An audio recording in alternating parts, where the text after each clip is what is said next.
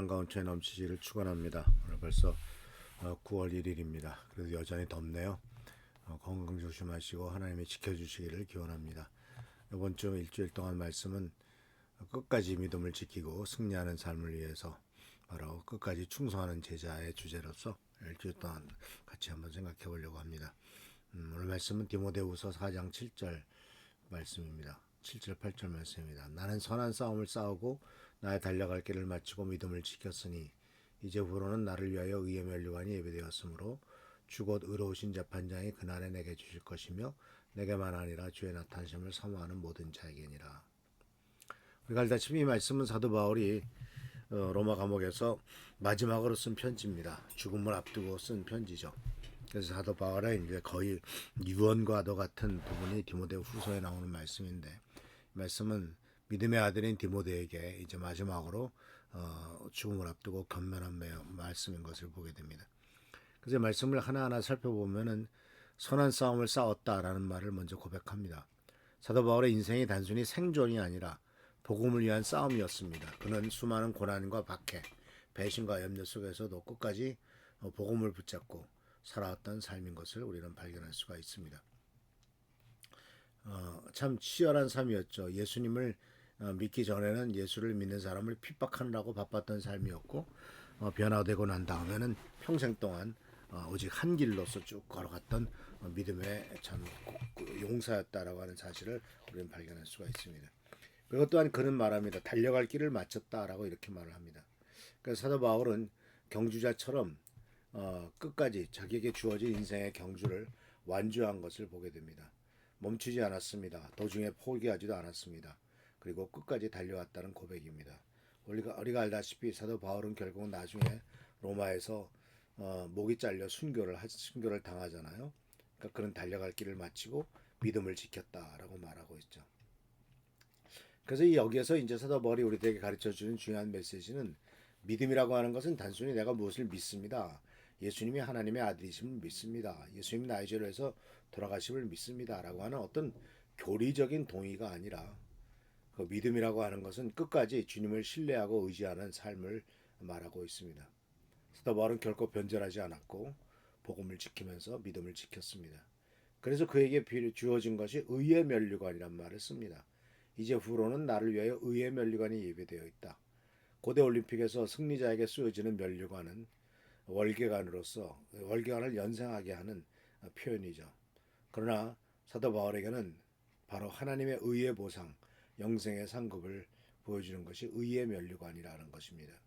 그리고 또 그뿐만 아니라 오늘 사도 바울은 우리들에게 주시는 중요한 포인트는 자기만의 특별한 보상이 아니라 주님이 다시 오심을 사모하는 모든 성도들에게도 동일하게 약속된 소망이다라고 하는 사실을 우리들에게 가르쳐 줍니다.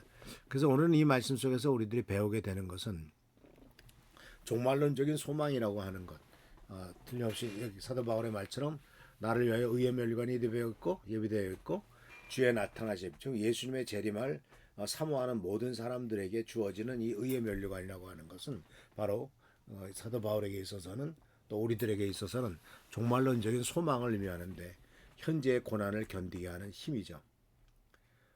종말론적인 소망은 현실 회피가 아니라 고난을 견디는 능력입니다.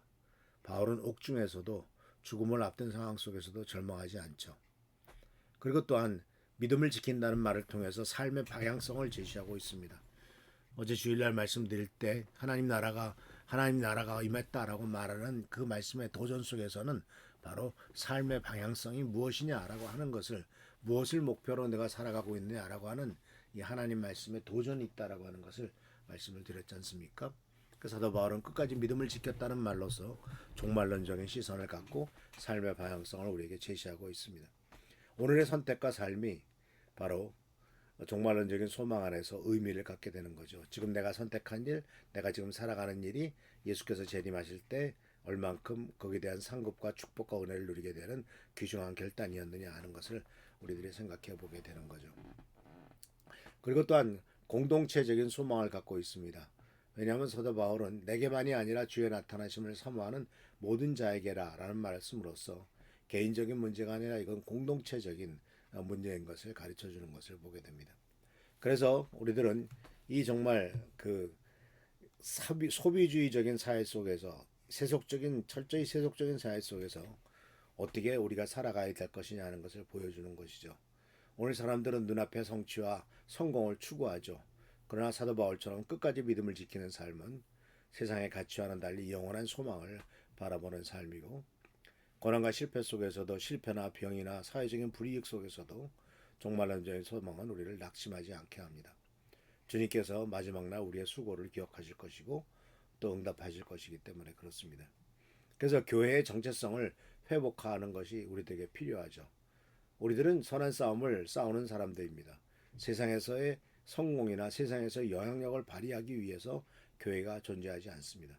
교회가 세상의 권력을 잡으려고 하는 것은 정말 잘못된 일입니다. 하나님께서는 영적인 싸움에 앞장서는 도구로서 교회를 선택하셨지, 이 세상을 마음대로 흔들기 위한 존재로서 교회를 선택하신 것은 아니다라는 것이죠.